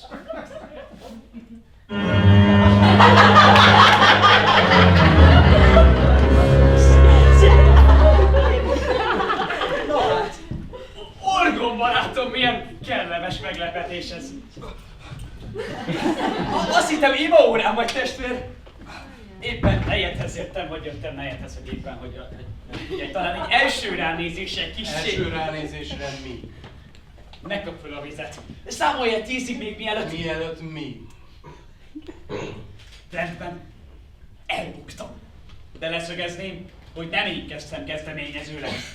Te vagy a tanú testvér, hiszen te is csak férfi vagy, barlangos testű ember, gyarló személy, hisz még az írásban is le van írva, hogy a kísértés olykor még a legjobbakat is megpróbálja, sőt, És takarod. Te, szemforgató szemét, ájtatos takony, kloálkarony, foshányadik maradszány!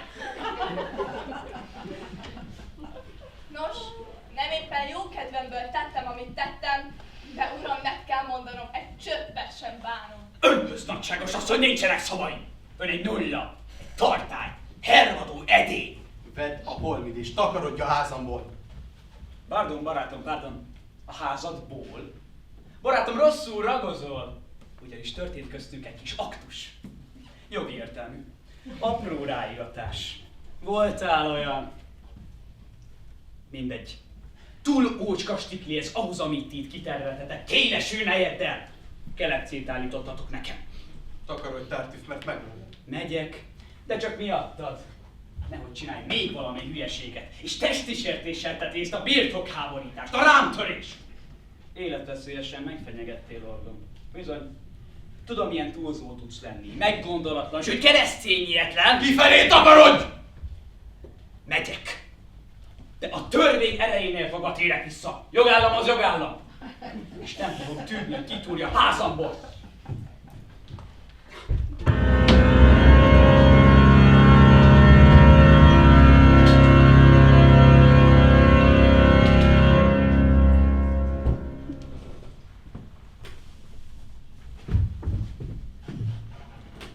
Megállt a szívem. Biztosan megáll. Elmia, segíts! A levegőm! Nem kapok levegőt! Hogy kitúrj? Milyen birtokháborítás? Itt halok meg. Mit irattál te rá? Mindent. Mindent? Mindent. Házat, vagyon, ma, közjegyző előtt. Gratulálok. Na, ez most nem kell, édeském, érted, hogy gratulálsz egy szegény idiótának, egy halottnak, ez most nem kell! Gratulálok.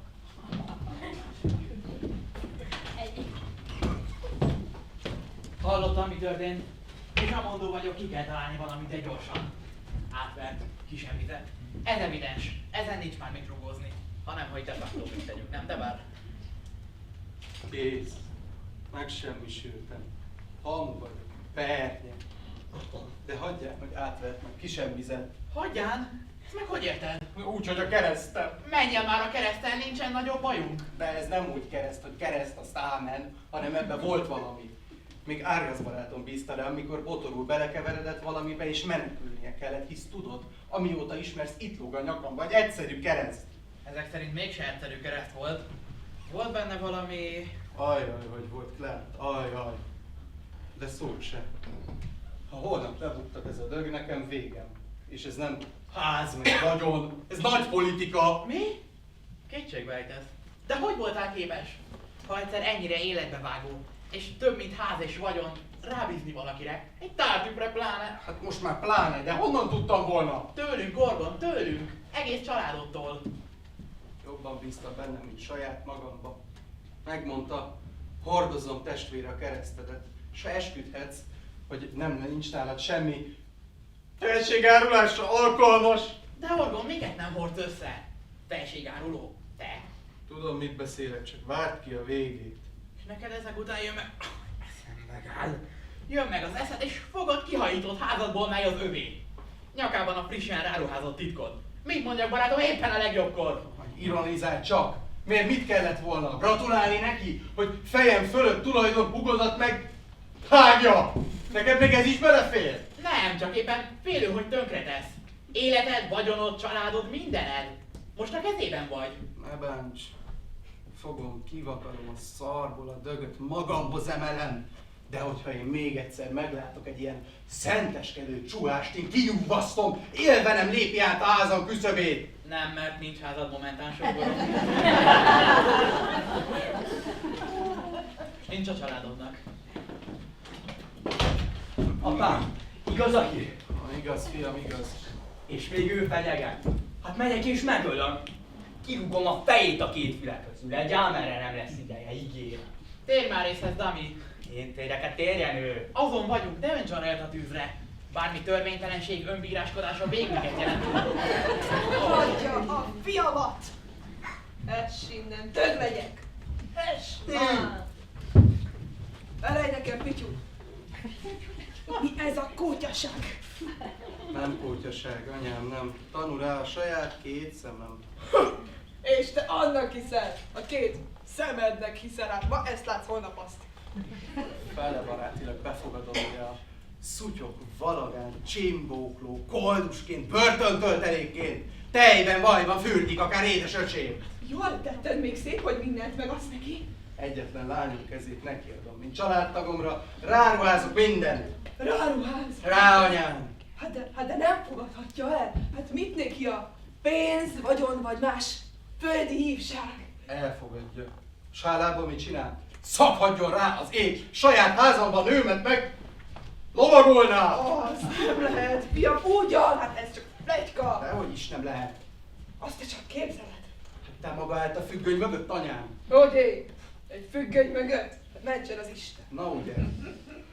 De azt tudom, hogy ez a sok kis lipirc mind ő rája feni a francos fogát. És a fondorlatban nem drága semmi sem. Lóvá tettek, fiam, te csak kérdezd meg őt. Bevallotta rögtön. Mondja, mit akar még anyám? Azt, hogy ne gyanúsítgass alaposok nélkül. Milyen alaposok? Hát láttam, hogy ki mondja magyarul, hogy... Szűz Mária, hát ki nem mond? Na ugye? Az a jámbor ember még nem is gondol ilyesmire. Már bocsásson meg, anyám, de a guta üt meg. Hát szemem láttára ugrott rá. Így jár, aki nem hisz másoknak. Nyilván neki sem hisznek. Hagyjátok már, nincs erre most idő. Tartjuk hamarosan visszatér, és átveszi a mi írás szerint az övé. Csak a jog számít, csak a törvény, hogy mi az igazság, senkit nem érdekel. Hiszen lesír róla, hogy egy elvetevült amorális frátel. De a kezében van egy adománylevél. Önkéntes, szabályos. Manapság kevesebb is elég szabad lenni egy ember kicsinálásához. Egy ember, egy család. Ó, te csak elhallgass, fiam. Ez több volt, mint bűn, Orgon. Ez hiba volt, kérlek. Ilyenkor elmarni ezt a ragadozót, ezt az imatigrist, mikor csak erre várt. Oda, amíg kidobod, ő jöhet és kidobhat. Istenem, sejtem, ha erről bármit is tudok, egy mégiscsak rám is tartozó ügyről, hogy az övé, házad és vagyonod, hát akkor én inkább... Itt van egy úr. Mit akarsz? Milyen úr? Nem fogadunk senkit! Orgon úr nem fogad. Nagy kár, pedig Orgon úrnak beszélnie kell velem. Hogyan kérem? A világért se zavarnám, ha kellemetlen lenne az ügy, de nem. Sőt, ugye a diszkrét szakszerűség, flottság, az mindig kellemes. A gördülékenység, az felvidít. Vagyis kis hullámvölgy után végül örvendenítették majd Orgon úr. Szabadna a nevét. Tartüff, ennyit mondjon. Tartüff, ha megbízom. Egy választékos úr, aki Tartüff küldett, meg hogy az Orgon úr majd örvendezni fog. Azonnal hívas be. Hogy én örvendezzek? Lehetséges lehet, hogy békíteni? Bármi lehet. Vigyázz, ne kapd fel a vizet. Akár egy méltányos, köztes megoldás sem elképzelhetetlen. Légy vele tárgyszerű, toleráns, sőt, nyájas. Gondolj arra, Orgon, nincs más választásod.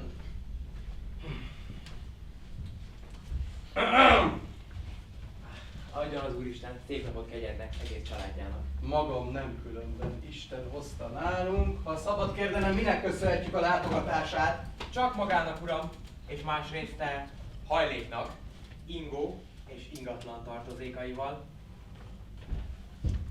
Megjegyzem, ha szabad, kedves atya ura idejében is volt bizonyos nexus a családom és az ön családja közt, sőt, a nemzedékek óta. Igen, minden bizonyára. Sajnos konkrétan nem ugrik be. Esetleg hallhatnám a nevét? Lojál Ignác. Régi, már ősi végrehajtó család, apáról fiúra. Megbocsásson, nem értettem jól. Milyen hajtó? Fogad, nem? Fogad. Nem fogad. Végrehajtó. Nem kell megijedni, nem fog fájni. Semmi óvatlansága vagy túlreagálgatás midőn. Alázatos tisztelettel önt és nagybecsű családját. Nem kell megijedni, nos, az úgynevezett kilakoltatásban részesítem. Tessék, itt a papír. Pecsét. Kilakolt? Engem? Nem én mondtam. Tehát méltóztasson elhagyni ilyen mondott ingatlan. Jogerős végzésem van róla, hogy e ház az összes ingósággal együtt a nálam lehető szerződés alapján tártűz. Ahogy mondja a fiatalember, e ház a tártűz úr tulajdonamától. Mocskos gazember. Nem fél, hogy kidolgom? Hát ledugom a torkán az egész jogerőt. Őszintén szólva nem. Önnel nincs nexusom. Ez az úr pedig lent tudja, mi a dolga az ilyen esetben egy alatvalónak. A törvénytisztelet, az együttműködés, hogy nem kényszerítjük ki a kényszerítést. Mit mond ez az icceg? Hát mi dolgod, apám? Tudod, ki működik vele együtt? Botom, de úgy, hogy örökké megemlegeti. Állítsa le, uram, az oktalan fiát. Én vagyok oktalan, csak nagyobb pofát letikben főokos. Uram, megbocsásson, a fiam egy kissé elról keseredve. Ahogy én is. Amitán érthető a mi helyzetünkben, de ez csupán csak a látszat. Elég vaskos látszat. Most megfenyegettek, hivatalos személy, s bár én önt tisztelem, nem mérlegeltek. Muszáj konstatálnom a tényállást, uram, a kegyes további elmarasztalása tárgyában. Lássa be, ez közös érdekünk. Nagyon sok a dolgunk. Egyéb iránt, uram, tiszteletem jele, hogy önt választottam. Ha tudná, hány hanyag, inkorrekt kolléga végzi ezt a munkát. Semmi szakszerűség, más szóval szeretet, konfliktuskezelés, gondos mérlegelés. Ide jön és kidob. Ez aztán a mérlegelés. Na és a haladék? Haladék? Holnapig! Ön átadja nekem a tisztelt kulcsait. Ez ugye formaság, semmi értelme nincs kultúremberek közt. Annál is inkább, mert nem hagyjuk magukra önöket. Nem fogunk zavarni reggelig. A 10 munkatársam el lesz majd a halban. Személyesen állok jót értük. Szakirány, be- és kihajtási tapasztalat, uram. Egy szóval tisztelet, amit el is várnak. Reggel pedig hóruk, speritőr adatra. Egyébként, ami a törvényben megszabott személyes holmikat illeti, a tárgyban bizonyos mozgásteret biztosíthatok. Az együttműködés fejében nem, de már. Odaadnám egész maradék vagyonomat, hogyha egyszer pofán vághatnám! Még pont ez hiányzott. Micsoda hernyó, pofán kéne vágni. Mielőtt meghallom, amit hallok, megyek. Kint vagyunk a halban. Bármi gond van, jövünk. Nem leszünk hangosak. Jó ét, szép álmokat. Hát anyádat! Na most mit szól anyám? Hogy én mit szól? Le vagyok súlytolva, nincs szav. Mint aki az égből egy, mit tudom én, trágyadombra pottyant, és most a szájáig ér az eleven gané. Jaj, most mit van úgy oda a néni? Hiszen a fiádat csupán az úr lelki üdvelebeget, hogy meg ne kísértse semmi földi hívság. Fogja a szent ember, az önzetlen Mártin, és átvállalja tőle. Ne fáradj, testvérem, majd én birtoklom vagyonodat, műde. Mindjárt agyonvágok benneteket! Nem tudom, valamit talán akkor is lehet csinálni, Hogyha elmondanánk részletesen, mit tett, mire betemedett legfőbb jótevője nejével, hiszen mind tanúsíthatnátok, és akár hatósági úton megsemmisíthetnénk a birtoklevelet. Ó, na még ez is. Bocsánat kérem, de bizalmas helyről bizalmas hírt hozok. Egy jó barátom ki tudva, hogy önhöz és Marianhoz milyen szoros szálak kötnek, szeretnének kötni. Szóval a barátom állásával játszva árulta el nekem, hogy mi történt, és főleg, hogy mi készül, uram. Azonnal meg kell szoknia. Jöjjön velem! Az a csirkefogó, aki élősködött Orgon úr nagy jóságán bemószerolta önt. Méghozzá face to face a felséges urunk színe előtt avval, hogy ön egy bizonyos, egy keresztbe rejtett... Isten a tanú, hogy nincs nálam semmi. Én nem tudom, uram. Az viszont bizonyos. Elfogadó parancs van ön ellen. Sürgős nemzetbiztonsági okokból. Nincs időnk. Szolgált foglaltamény! Nincs remény! Ez volt hát a terve. Jobb, mint holmi végrehajtó. Fogja és elvited. Szépen rávereti a felségárulást. Hát de nincs nálam semmi. Nincs, mert nála van. Erre most nincs időnk, siessünk, Orgon úr. Itt van egy kisebb összeg a költségeire. Szükség lesz rá. Kint áll a kocsi, én végig, amíg csak szükséges, önnel leszek. Gyerünk! Hálás vagyok, Valér. Ha ennek egyszer vége lesz, hát túlélem, ugyebár. Viszonozni fogom. Vigyázz rájuk, Leánt! Igyekszem, fussatok. Hová? Na nézd, készülsz valahova, Orgon testvér! És annyiszor tanítottam. A bűneinkért egy nap mind meglakulunk. Ő lesz az hadnagy. Csak tartóztassa le még, mielőtt elszökne. Hát ezt tervelted ki, te rohadék! Csak meg ne bánt. Ám bátor sérteges. Elszemedem most, és mindörökké, mint az Úr parányszolgája. A szádra mered venni az Úr nevét? Szar! Te, cégélyes patkán! Tulajdon kezemmel cibáltalak ki az éj sötét szutyokból! Kérdem én, ha választani kell egy felső parancs és egy bizonyos Orgon iránti hála közt. Előbb melyik való? Mocsadék! Na jó, elég lesz. Hadnagy, hajtsa végre a parancsot. Igenis, uram. Egy átra a kezét, szél a lábakat, le van tartóztatva. Kicsoda, én? Maga? Vigyétek! Hadnagy! Korunk a rendkora! Ezt előre bocsátom. A kor rendje pedig most megköveteli, idekorán legyen rend. Királyunk nem tűr korrupció, csalást, szélhámiát, és mivel vesélybe lát, előtte meg nem már mutyi és hamisság, álszent szemforgatás. A konkrét esetben újonnan sikerült egy veszedelmes és a régóta körözött bűnözőt arányos, testi kényszerítést foganatosítva ártalmatlanul. Előzőekben a mondat illető bizonyos tét, kegyes uralkodó színek előtt muntevőjét felségárulással. De nem is kell mondanom, felséges urunk átlátott a szitán, és azért küldött vele engem, hogy éppen itt megbizonyosodjam, szemmesítve az jámból, jó hiszemű király urával. Kérdés van, ne legyen! Nincs mit. Én köszönöm. És Orgon barátom, megnyugodtam. Urunkkal a kissé furcsa adománylevelet megsemmisítette a saját kezével. A vagyona öné, vigyázzon magára, és vigyázzunk öné. Szolgálunk a svédül. Gyerünk, indulunk! Köszönjed meg, fiam! Köszönjük a nagy! Csoda történt, mi más? Nekem kiugrik a szívem. Még mindig nem hiszem el. Velem kezdtél, te dög! Maria, te jössz. Te és Valér, igaz szerelmetek elnyeri méltó jutalmát. Szép nagy esküvő lesz, nem találjátok ki lesz a tanú. Elintézem nektek, hisz egy ilyen nagy király pártolja az igaz és nagy lelkű szerelmet.